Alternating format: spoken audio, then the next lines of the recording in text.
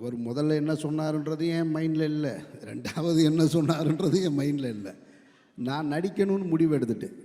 இப்போ வெற்றிமாறன் கேட்ட உடனே எப்படி நடிக்கணும்னு ஒத்துக்கிட்டேனோ அதுபோல் மாறி கேட்ட உடனே நடிக்கணும்னு நான் ஒத்துக்கிட்டேன். அவ்வளோதான். அது என் மைண்டில் ஏறிடுச்சு. அவர் என்ன சொல்கிறாரு சொல்லலைன்றதெல்லாம் அப்புறமா அந்த படப்பிடிப்பு தொடங்கும்போது சில பிரச்சனைகளில் அப்போ நான் இல்லை. அப்புறம் படப்பிடிப்பு ஸ்டார்ட் ஆயிடுச்சு. திரும்ப ரொம்ப நாள் கழிச்சு ஒரு தடவை ஃபோன் பண்ணுறாரு. சார் என்ன சார் போகலாமா சார் அப்படின்னாரு. என்ன மாதிரி விளாட்றீங்களா நீங்கன்னு? நீங்கள் எப்போ ஜனவரி பிப்ரவரியில் கேட்டீங்க, இப்போ திடீர்னு வந்துடுங்க, நீங்கள் ஷூட்டிங் போயிட்டீங்கன்னு கேள்விப்பட்டேன். சார் இல்லை சார், அது அப்படியே தான் இருக்குது, நீங்கள் தான் வரணும், நீங்கள் தான் நடிக்கணும் அப்படின்னாரு.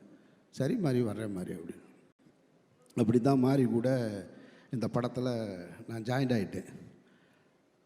இப்போ அவர் ஒரு டைரக்டரு. அந்த படத்தோட கதை பிகினிங்லேருந்து எண்டு வரைக்கும் அவருக்கு தெரியும், சேஞ்சஸ் தெரியும், எல்லாருக்குமே அப்படி தான். அப்போ என் படத்தை கேட்டிங்கன்னா எனக்கு தெரியும். நான் அவர் சொன்ன எந்த கதையும் எனக்கு ஞாபகம் இல்லை. அந்த கேரக்டர் மற்ற விஷயங்கள் மட்டும்தான் ஞாபகம் இருக்குது. ஸ்பாட்டில் என்ன பண்ணுவாப்புலன்னா மாறி நான் அந்த கதையை முழுசாக ஞாபகம் வச்சுருக்கிற மாதிரியே நினச்சி சொல்லுவாப்புல. சார் அந்த இருக்குல்ல சார், அந்த சீன் அது இருக்குல்ல, அதுக்கடுத்து இதுவும் பாப்புல. நானும் தெரிஞ்ச மாதிரி சரி சரி சொல்லுங்கள் எதுவுமே எனக்கு ஞாபகம் இல்லை. மாறி என்ன சொன்னாரோ அதை செஞ்சுருக்கேன் நான், அவ்வளவுதான்.